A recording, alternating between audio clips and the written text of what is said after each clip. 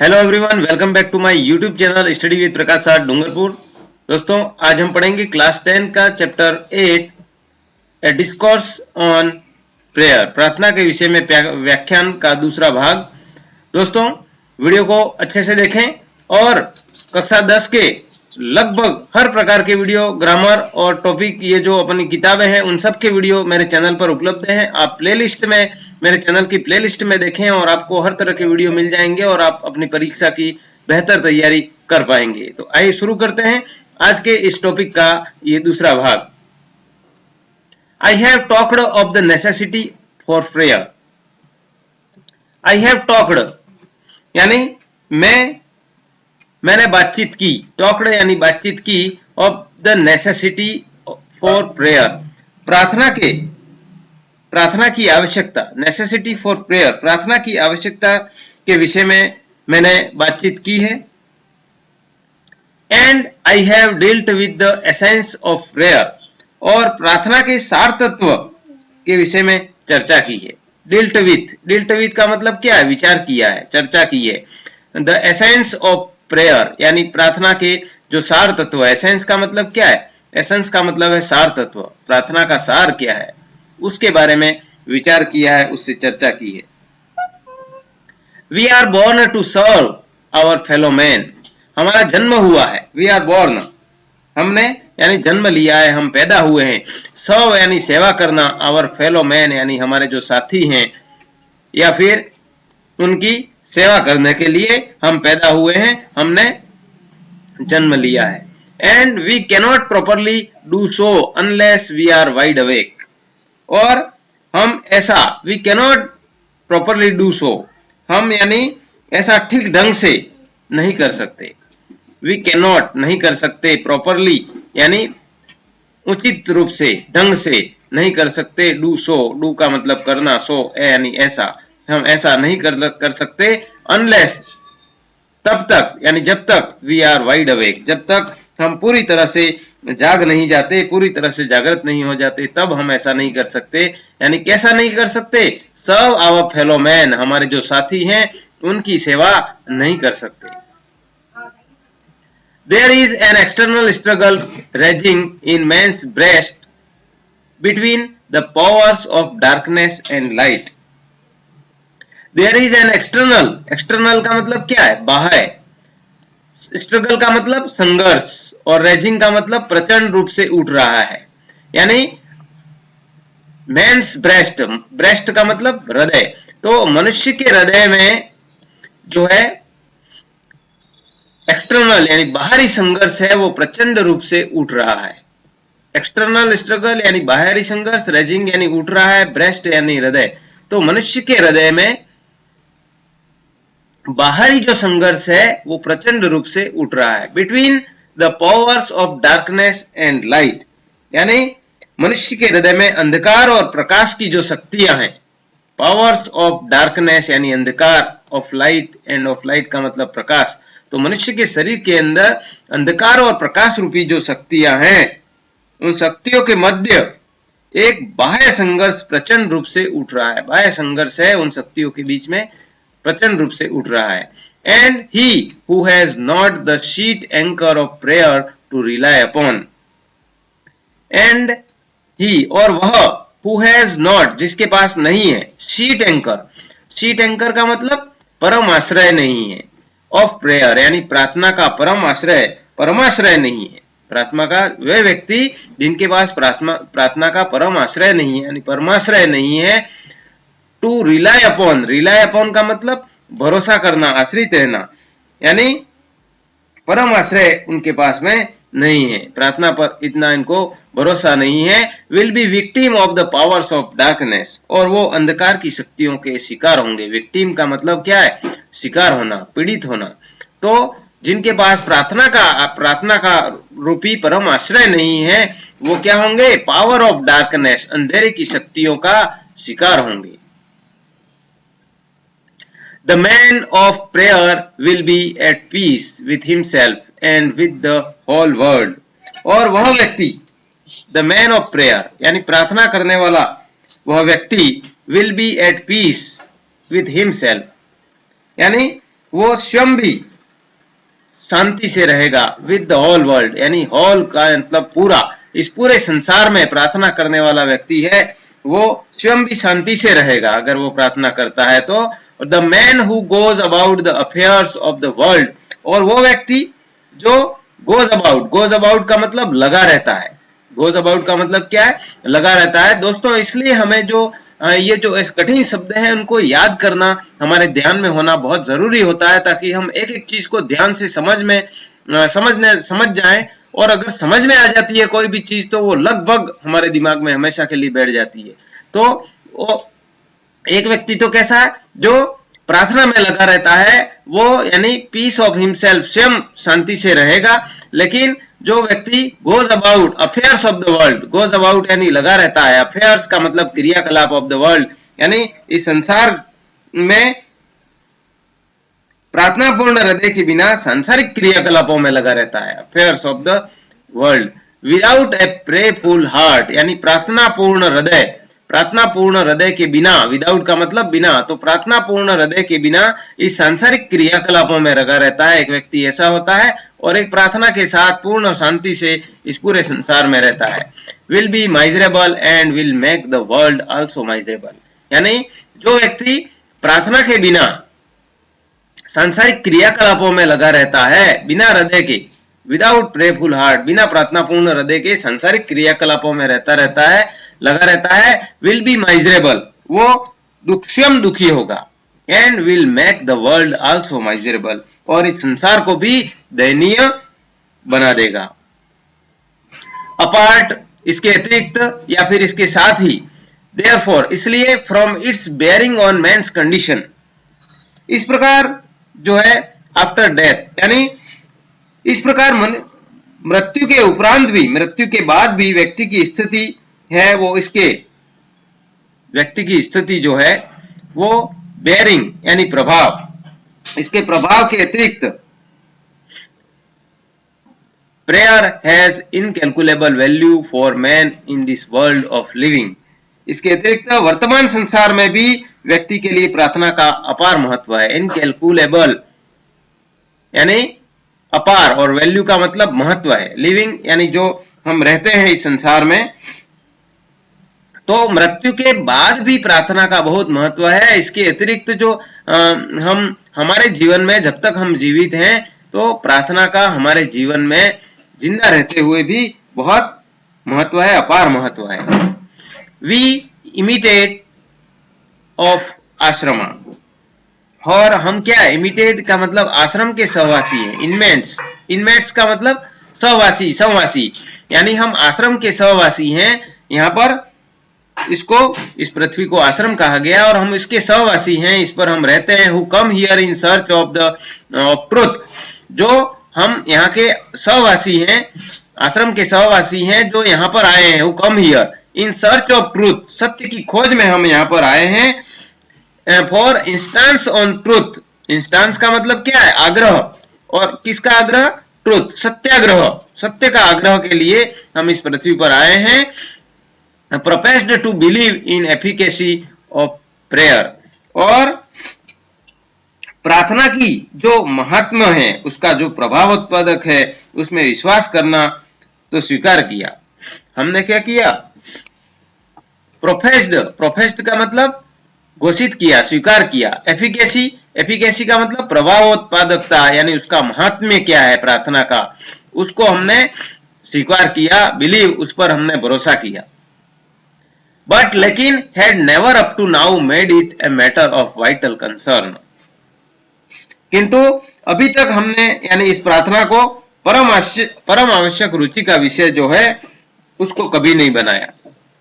हमने प्रार्थना का महात्म्य क्या है वो तो हमने स्वीकार कर लिया, लेकिन but had never up to now, never यानी कभी नहीं, अप टू नाउ यानी अब तक, मेड इट यानी बनाया, matter of vital concern, vital का मतलब परम आवश्यक, सर्वोच्च, कंसर्न यानी अभिरुचि, तो इसको हमने अभी तक परम आवश्यक अभिरुचि यानी रुचि का विषय है उसको नहीं बनाया। दोस्तों वीडियो कैसा है उसके बारे में आप वीडियो देख रहे हैं, उसके नीचे इस तरह का आइकन आपको दिखेगा, वहां पर क्लिक करके आप वीडियो को लाइक जरूर करें। We did not bestow on it the care that we did not did on other matters. और हमने इस विषय पर इतना ध्यान नहीं दिया. बिस्टो, बिस्टो का मतलब क्या है? अर्पित करना, प्रदान करना, देना. इट द केयर यानी इस विषय पर. इट का मतलब यहाँ पर विषय, इसी विषय, प्रार्थना के विषय के लिए, प्रार्थना के लिए आया है. तो हमने इस प्रार्थना के विषय पर इतना ध्यान नहीं दिया. केयर का मतलब ध्यान देना, ध्यान रखना. That we did not other matters. और जितना कि हम अन्य विषयों पर ध्यान देते हैं उतना हमने प्रार्थना, डिड ऑन अदर मैटर्स, जितना हमने अन्य विषयों पर ध्यान दिया देते हैं उतना हम प्रार्थना के विषय पर उतना ध्यान नहीं देते. I awoke from my slumber one day. एक दिन में अपनी निद्रा से जागा. अवॉक का मतलब क्या है? जागना. अवॉक का मतलब जागा, स्लम्बर का मतलब निद्रा. तो एक दिन में निद्रा से जागा. One day and I realised that. Realise का मतलब अनुभव किया. और जब मैं जागा और मैंने अनुभव किया कि I had been woeful negligent of my duty. Woefully, woefully का मतलब सोचनीय रूप से, और नेग्लिजेंट का मतलब असावधान, लापरवाह, और ड्यूटी यानी कर्तव्य के प्रति. तो इस विषय में मैं अपने कर्तव्य से सोचनीय रूप से लापरवाह रहा था. जब मैं एक दिन जागा और मैंने ये महसूस किया कि मैं क्या वोफुली, वोफुली का मतलब सोचनीय रूप से, नेग्लिजेंट का मतलब लापरवाह, ऑफ माई ड्यूटी मेरे कर्तव्यों के, इस मैटर का मतलब विषय. तो इस विषय में मैंने जाना कि मैं मेरे कर्तव्यों के प्रति लापरवाह रहा था. आई हैव देयरफॉर, इसलिए मैंने suggested A measure of stern discipline, इसलिए मैंने कठोर अनुशासन के मानदंड का सुझाव दिया.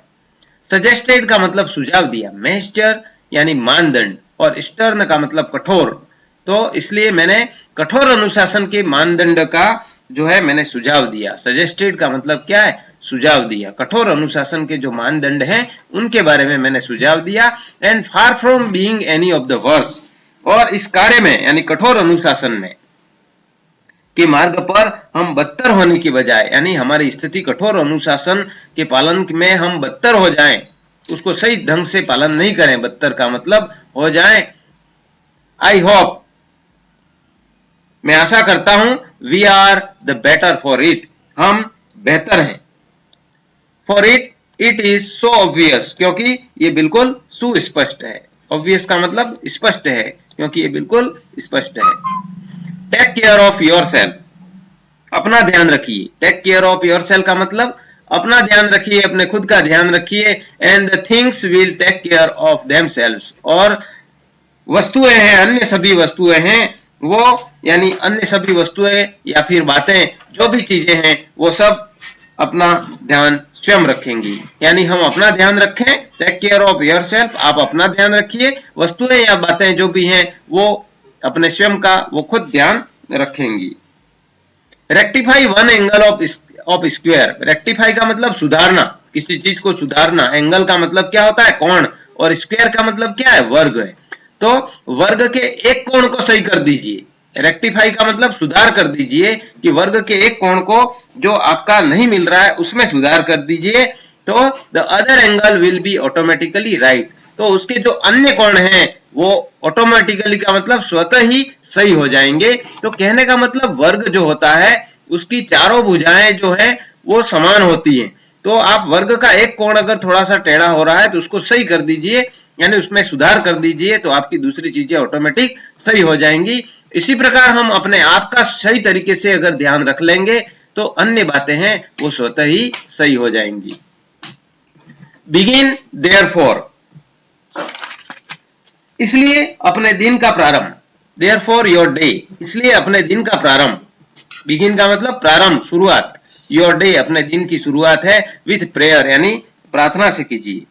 मेक इट सो सोलफुल, और इसे इतना भावपूर्ण बना दीजिए. सोलफुल का मतलब भावपूर्ण बना दीजिए, इतना भावपूर्ण बना दीजिए कि it may remain with you until the evening, ये जो है वह सायंकाल तक, शाम तक आपके साथ बनी रहे. Close the day with prayer, और दिन की समाप्ति प्रार्थना से कीजिए. So that you may have a peaceful, और ताकि दिन की शुरुआत प्रार्थना से कीजिए ताकि so that you may have peaceful night free from dreams and nightmares, जिससे आपको स्वप्नों, ड्रीम, ड्रीम का मतलब स्वप्नों, और नाइट मेयर्स का मतलब होता है बुरे जो सपने होते हैं, दुस्वप्नों से आप है मुक्त, शांतिपूर्ण रात्रि मिल सके। पीसफुल नाइट यानी शांतिपूर्ण, फ्री यानी मुक्त, यानी सपने और दुस्वप्न इन सब से मुक्त आपको शांतिपूर्ण जो रात है वो मिल सके। Do not worry about the form of prayer. प्रार्थना का स्वरूप, फॉर्म का मतलब क्या है, जो रूप होता है वो, फॉर्म का मतलब रूप, तो प्रार्थना का जो रूप है उसके विषय में चिंता मत कीजिए। वरी का मतलब चिंता करना, तो प्रार्थना के रूप के विषय में चिंता मत कीजिए। Let it be any form, इसे किसी भी रूप में होने दीजिए, आप जिस रूप में प्रार्थना करना चाहें उस रूप में होने दीजिए। It should be such as can put us in communion with the divine, किसी भी रूप में होनी चाहिए जो हमें शुड बी यानी होनी चाहिए, such as can put in communion with the divine, जो हमें दिव्य यानी ईश्वरीय शक्ति, डिवाइन का मतलब दिव्य ईश्वरीय शक्ति के साथ हमें कम्युनियन करा सके, हमें क्या करा सके, संपर्क करा सके। इस तरह से प्रार्थना किसी भी रूप में कीजिए, लेकिन हमारा लक्ष्य क्या होना चाहिए कि ईश्वरीय शक्ति से वो हमारा संपर्क करा सके।